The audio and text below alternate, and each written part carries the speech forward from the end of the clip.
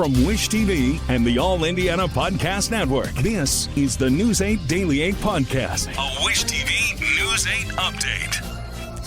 Hello, I'm Jeremy Jenkins, and this is your News 8 Daily 8 Podcast for Monday, February 26th.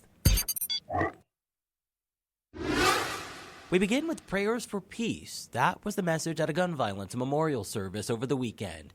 It happened last night at the St. Luke's United Methodist Church in 86th and Meridian.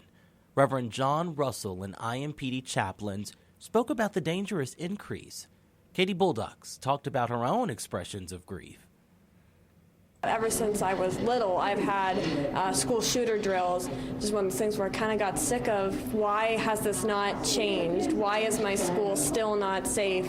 And just the little things you can do to help like this, I try and do what I can. The service was held in remembrance of the 171 people who lost their lives from gun violence last year. In Lawrence County, 2 people were arrested after a standoff and deadly gunfire.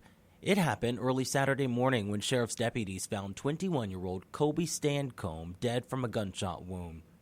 Deputies started searching for a Jeep the suspects were in. They found it later at a gas station in Paoli. One man left the Jeep and surrendered, but a second person refused to leave the vehicle. After a standoff that lasted several hours, deputies say that man shot himself. He was flown to a hospital in Louisville for treatment. His condition has not been released. In world news, more Israeli airstrikes in Gaza. Health officials say the strikes killed at least 86 Palestinians over the weekend. The Gazan Health Ministry says it brings the total number of people killed to nearly 30,000 since the war started back in October. National Security Advisor Jake Sullivan says negotiations for a temporary ceasefire are still ongoing. It is true that the representatives of Israel, the United States, Egypt, and Qatar met in Paris and came to an understanding among the 4 of them about what the basic contours of a hostage deal for temporary ceasefire would look like. I'm not going to go into the specifics of that because it is still under negotiation in terms of hammering out the details of it. There will have to be indirect discussions by Qatar and Egypt with Hamas because ultimately they will have to agree to release the hostages. That work is underway. Israel's defense minister has vowed to step up attacks on Lebanon's Hezbollah militant group, even if a ceasefire is reached with Hamas. Back here in the States, Congress has until Friday to pass a funding deal to avoid a partial government shutdown. This marks the 4th time since September Congress has been up against a funding deadline. To avoid a shutdown, lawmakers have passed a series of short-term budget deals. In January, they extended funding for Veterans Affairs, agriculture, housing, and urban development. That extension expires Friday, with the rest of the government funding expiring March 8th. The gymnastics community in Hamilton County is among those supporting the family of an Indiana girl killed in a beach accident in Florida last week. Sloan Mattingly was from Fort Wayne, but had strong connections to Fishers.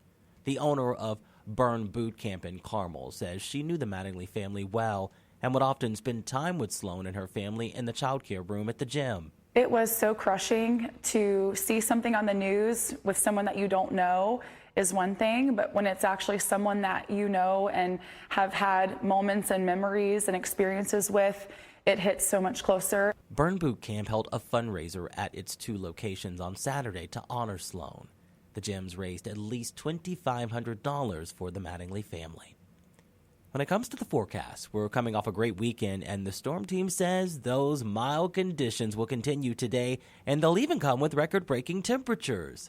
Tara Hastings has your News 8 Daily 8 forecast. I think we're going to see mostly sunny skies all day today. We'll get up to 65 degrees at 1 o'clock. Yes, 65. And maybe a few clouds later on this afternoon, evening, but overall, a beautiful afternoon. We're going with a high today near 70 degrees in Indianapolis. Low and middle 60s from South Bend, Lafayette, upper 60s, 66 in Kokomo, also Richmond, and then 70 Bloomington, Bedford. Also farther southward, could see those temperatures into the low and middle 70s today. Record high 68 degrees set back in 1998. Normal high 45, so of course well above normal. For the most part, we're going to be quiet today. However, storm system off to the north and west will move through tomorrow, bringing us a really good chance of some strong to severe thunderstorms. We will talk about the risk and time out when those thunderstorms will arrive, all in my full forecast. For a glimpse at the full forecast, just head over to wishtv.com, or you can download the Wish TV weather app. Happening today, a McDonald's location is hosting a special Coffee with a Cop. It's a chance to meet with Indianapolis police officers. This includes one who's being honored for her previous work at a McDonald's right here in the Circle City. News 8's Brittany Noble met one-on-one with the owner for all the details. McDonald's says that 1 in 8 Americans have worked at a McDonald's restaurant, and today they'll celebrate a former employee who is now deputy chief for the Indianapolis Police Department. With us this morning is McDonald's owner, James Poor. Thank you for making time for us here on Daybreak. Tell us why you decided to choose Deputy Chief Terry. Hey, we chose her because she's clearly a leader in the community. She's been doing great things since she left McDonald's. We want to honor her and thank her for what she contributed to make us a great system today. What type of special qualities did she have? Sure. Well, what we found about her is, one, she got the leadership skills, and that was pretty obvious. She's a great communicator. She learns the value, knows the value of discipline, systems, and routines. So we were able to check every box with her and what she's contributed. Now, she will be at the Coffee for a Cop event today. Can you tell us a little bit about it? Yes, we're celebrating her during our Coffee with a Cop event. We're having it at the Westmore Street location, and we're doing this because it gives us a great opportunity to bring the community together and talk to cops over coffee in a environment now. So this really helps to improve the communication. What can people? Why do they do this? Why do they sit down and talk with police officers? What's the need? Yeah, I tell you what, it's a need to meet them now when you don't need them. So they're able to come in and talk to them. Some just talk to them about what it takes to become a cop, what their day is really like. Some have problems and concerns and don't know who to reach out to.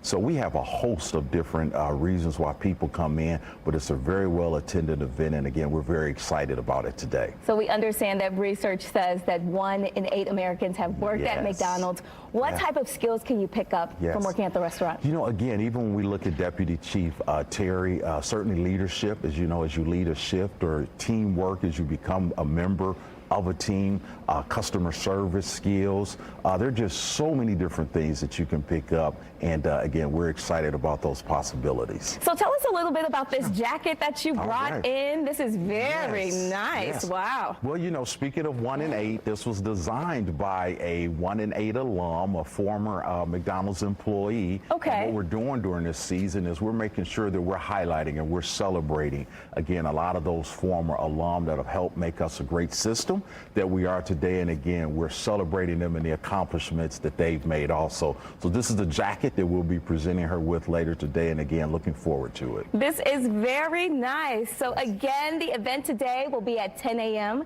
at the McDonald's located on Morris Street. And the restaurant says that they'll continue to serve guests. That we will. Okay. Yes, we will. Breakfast and coffee. That's fantastic. Thank you so much, James Poor, for joining us this morning. We appreciate you.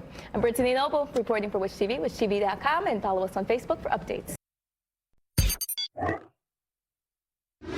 This has been your News 8 Daily 8 podcast. I'm Jeremy Jenkins for Wish TV, wishtv.com, or follow us on Facebook for updates. Thank you for listening. And be sure to like, subscribe, and follow this podcast for updates every weekday morning on the All Indiana Podcast Network and wherever you get your podcast.